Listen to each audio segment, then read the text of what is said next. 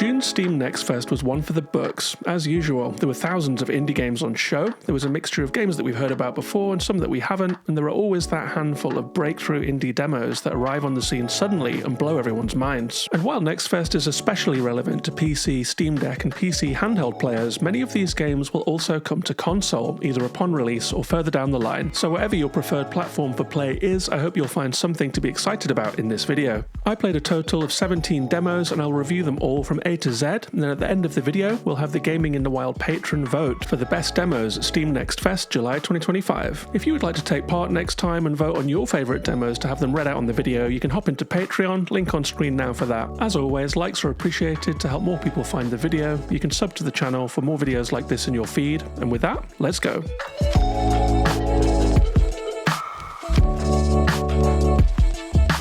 The first game that I want to talk about is Ambrosia Sky by Soft Rains. I love sci-fi games of all stripes, so the concept of exploring deserted, overgrown space stations leapt out at me right away. Ambrosia Sky is a first-person puzzle exploration game in which you play a deep space disaster specialist dispatched to the rings of Saturn, where several space stations have become overgrown by mysterious mycelia, wiping out their crews in the process. Your job is to clean up the alien fungus using a power wash-style hosepipe. You'll also carry out physics and electricity puzzles to get doors open and get deeper into each station. You'll read logs to learn what happened, and it has some basic shooting too. There are some fun emergent elements in this game, like causing huge chain reaction explosions. When you extract, you also get to trade in the seeds that you found and other materials to power up your suit. No release date yet, but it's coming soon. That's Ambrosia Sky.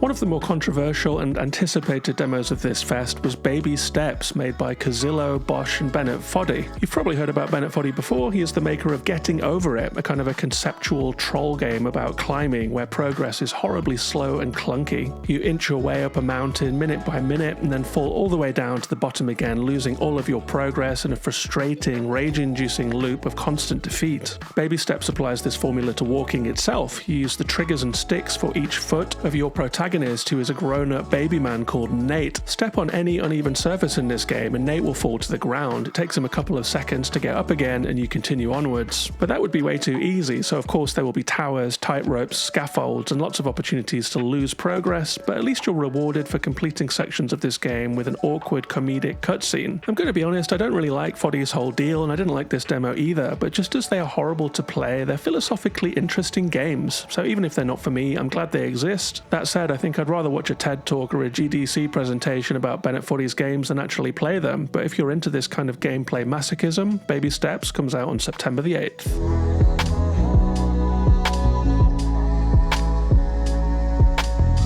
We also got a look at Battlesuit Aces by Trinket Studios. They are the makers of the terminally underrated Battle Chef Brigade, which I put into my Best Switch Indies Ever video. I'll flash that up on the screen now. Battle Chef Brigade was a genre mashup game that was a pristine mixture of cooking puzzles, real-time hunting, and social simulation. And Battlesuit Aces moves that formula into a sci-fi setting. You play as a pilot in this game who finds a powerful mech on a desolate planet, you get it up and running, and soon you're part of a whole mech gang, that is, the Battlesuit Aces. This plays out as anime-style story sections with fellow pilots to befriend, and of course card battles where you get to deploy your own abilities, other mechs, drones and so forth to battle aliens and enemies. It's a lot of fun, but that anime tone is quite a lot, so your mileage may vary on how much you're into it. But I'm quite curious to see how that card game progresses as the game goes on. No release date yet, but it's coming soon, so keep watching the stars for Battlesuit Aces.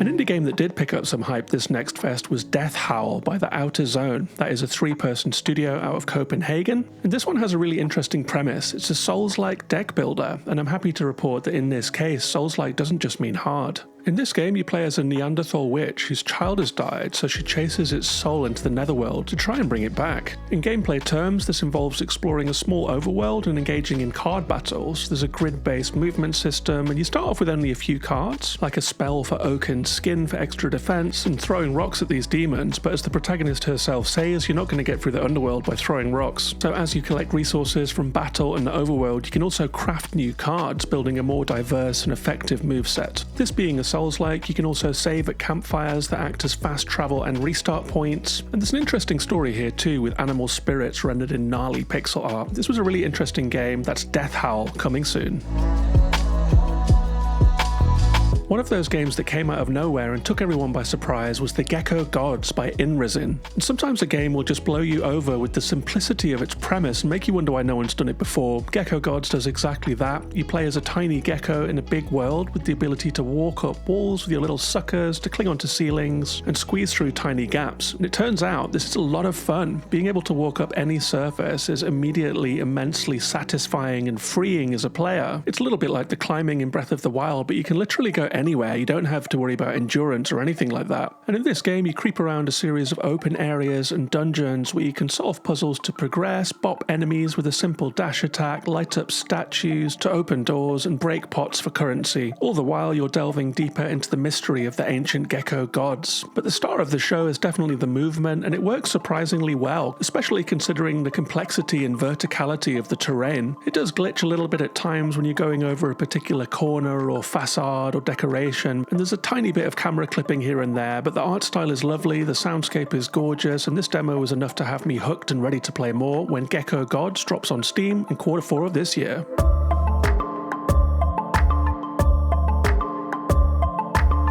Henry Halfhead is a game that's been doing the rounds at showcases for a while now. It's a slapstick puzzle game where you play as the titular Henry, who is, you guessed it, half a head. The game starts when Henry escapes from his cradle. He jumps around clumsily, knocking things over in the nursery and causing minor disasters everywhere that he goes. He can also possess objects, of which there are a great many, which makes for some great slapstick moments, and the game challenges you to engage with its goofy physics and the possession mechanics by pulling all sorts of stunts, like piling up mattresses or knocking down piles of things or causing chaos with fire in the kitchen or electricity from a socket. Some of these things are puzzles that gate your progress, but some are just for fun, and it's a goofy good time that keeps you amused throughout. I'm very curious to see how much variety there is and how the novelty holds up over a longer runtime, but the demo is still up, so you can try it now if you want, and the full release is expected later this year. That's Henry Halfhead.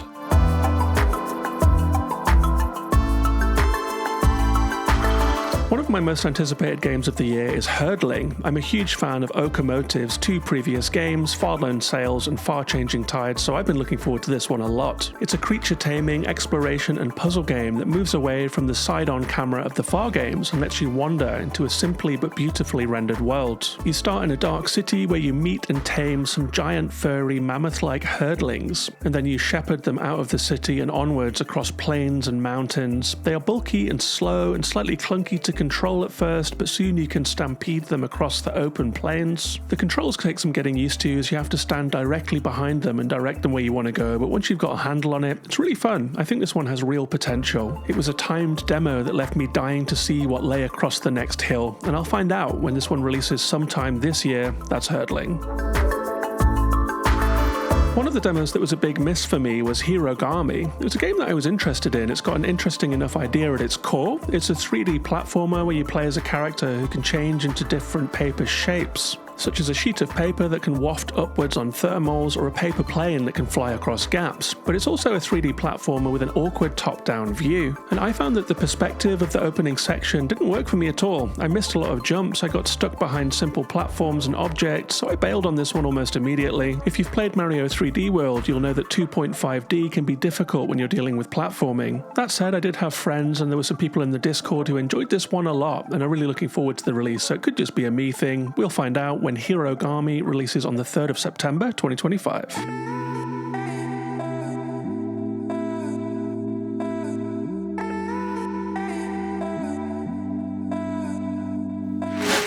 Another anticipated game on show this next fest was Mina The Hollower, the much-hyped 2D Zelda-like that's been swirling around the gamosphere for years now. It's finally nearly here, and in this game you play as the titular Mina, a Hollower, that is, a creature that can burrow underground, travelling under walls or obstacles and finding treasure and things like that. You have some other abilities in the game, like attacking, jumping, magic and so forth, and it's charming enough, but I do wonder if this one can possibly live up to the hype. People have been looking forward to it for years, and some other games in this genre have come out that did really well, like the recently released Pipistrello and the Cursed Yo-Yo, which is a lot of fun. You should definitely check that one out, by the way. I'll be curious to see where the critics land after the long wait when Mina The Hollower drops on October the 31st this year.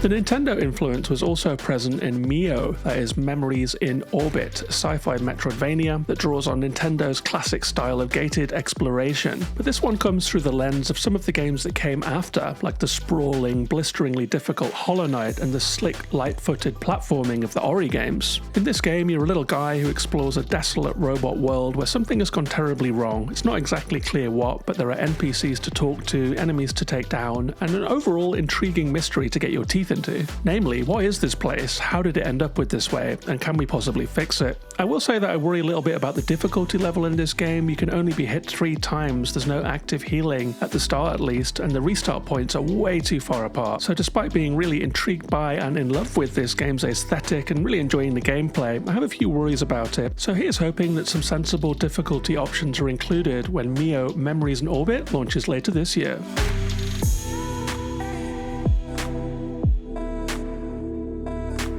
Another game that I've had my eye on for a while is the wavy, analog-looking roguelike Morsels, which is coming out via Annapurna Interactive later in 2025. This game combines the Animal Well aesthetic with Enter the Gungeon gameplay, and that seems like a really winning formula, especially when the aesthetic is quite this strong, but I found this demo to be really underwhelming actually. The starter weapons are clumsy and a little bit unfun. There were pickups that I didn't know what to do with, like picking up an object, not knowing where to put it, and just having to kind of drop it at the exit and leave the level. I found that some things that looked like pickups actually damaged me when I went near them, so the readability was an issue, and it all just felt a little bit off to me and a little bit unsatisfying, so the jury is very much out on this one for me at least. That said, I'm still interested. It was only a demo, and I'll pay attention to the Metascore when Morsels comes out later in 2025.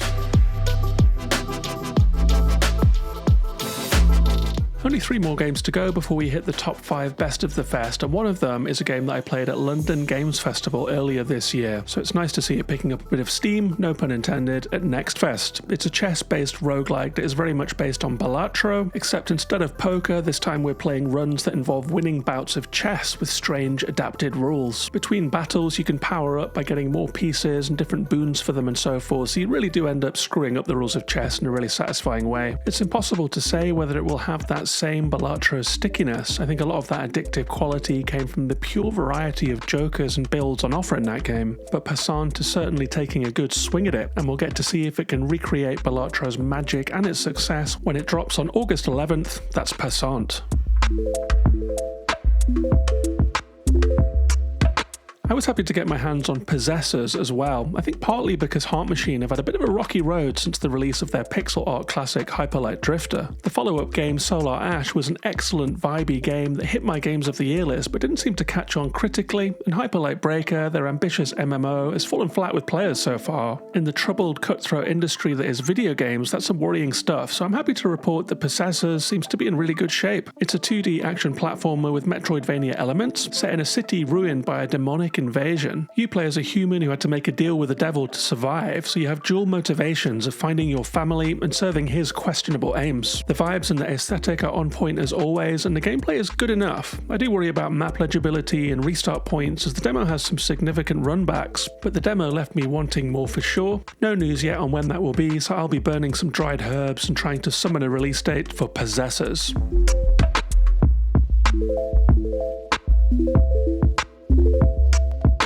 Next up is The Drifter, and the point-and-click genre seemed all but dead for a while, but it's been creeping back into popularity lately. I think that's partly because there have been some creative new solutions to the genre's fundamental problems, like moon logic puzzles, pixel hunting for hidden objects, and so forth. The Drifter expertly dispenses with all those old issues by way of an on-screen compass wheel showing you every interactive object in your proximity, be it a pickup or a person to extract info from. It's helped along by dark and moody pixel art, gruff Australian voice acting, and a Disco Elysium-style grim urban setting. The story is good too, with your character, the titular Drifter, getting embroiled in a creepy missing person mystery. It was really gripping stuff, and I'll be looking forward to the Drifter drifting into town on July 18th for that full release.